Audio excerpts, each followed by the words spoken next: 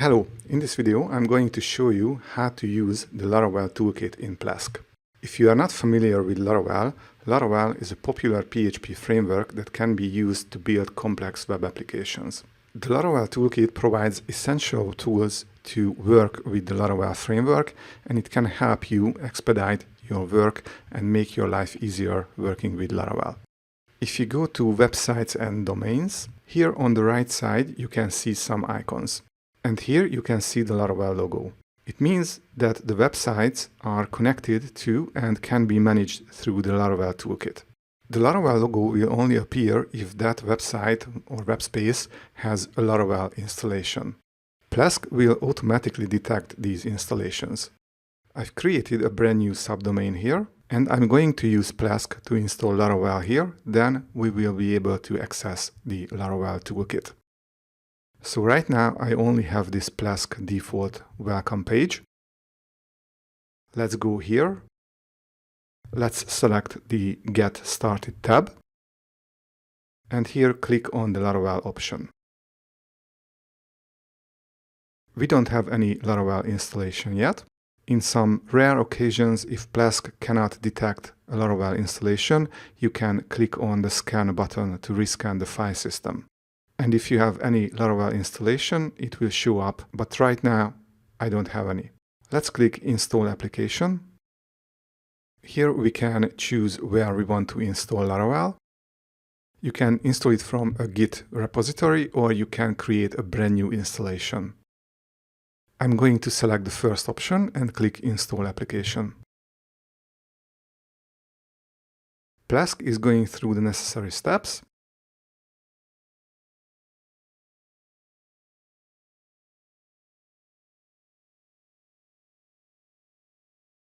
After the installation, Plesk automatically redirected us to the website's Toolkit dashboard. And if we refresh the page, we have a brand new Laravel installation. It shows the version number and which version of PHP we are using. It's important to note that if you want the very latest version of Laravel, you need to use the latest version of PHP as well. Okay, let's go back. And here we can see some important info about our site. The application URL. Plesk also created a Git repository for us. We can see the last commit.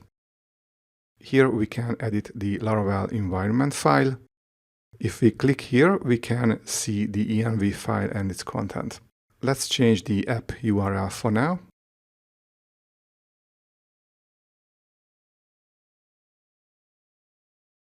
We will come back later and change the database details.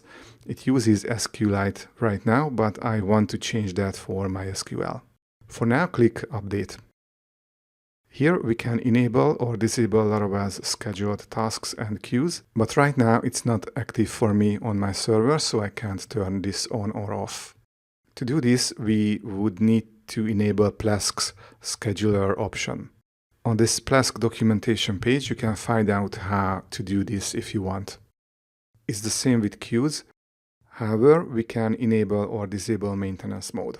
And here we can see the Laravel logs. Let's go over the other tabs here. Under the Artisan tab, we can run artisan commands. If we click here, we can see some of the most popular commands listed. We will come back here and run the migrate command once we set up our MySQL database. Let's go to Composer. This is basically the same. Here we can run Composer commands. We don't have to use command line or SSH into our server. We can just click on one of these commands. Under the Node.js tab, we can run npm commands. Obviously, you only need this if you are using Node.js or need to install any npm packages. Under deployment, we can manually or automatically deploy the current version of our code. Under the next tab, we can see all of Laravel's scheduled tasks, but right now they are disabled. Queue is basically the same. We can see all the running operations in the background. Let's go and create a MySQL database. Let's go to Databases, select our domain, click Add Database. Let's add a name to the database. assign it to a domain. Let's create a database user and password. Let's select the access control and click OK. The database has been created. Let's go back to the Laravel Toolkit. We need to edit the environment file. Here we need to add MySQL. Let's uncomment these here. Let's just update this and refresh the website. We will receive an error. Let's go back and add the database credentials.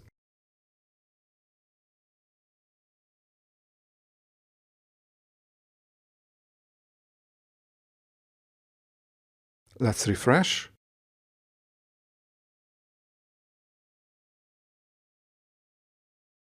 Now I am getting a different error. So now it recognizes the database, but we don't have any tables in the database yet.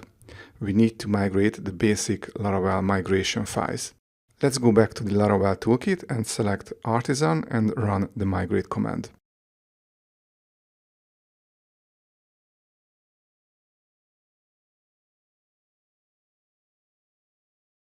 So it successfully migrated these tables.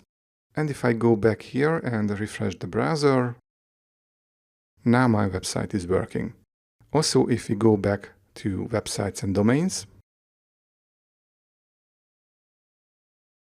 and here let's select hosting and DNS and the hosting option. Here we can see that the document root is test.tmsonic.com/public. So it's not in the root directory. Plesk installs Laravel the official or recommended way. So anything outside the public directory will not be available directly from the browser, so this is the safest way to install Laravel. It's possible to do some hacks and put everything in the root public directory, but it is not recommended. So if I go back and go to Dashboard and Files, it redirects us to the public directory. So if we go one level up, we can see all the Laravel files and folders, but these files and folders are not available from the outside. Only what's inside the public directory. So this is a really convenient way to use Laravel with Plesk. If you have any questions, just leave a comment below the video. Don't forget to subscribe to the channel, and thanks for watching.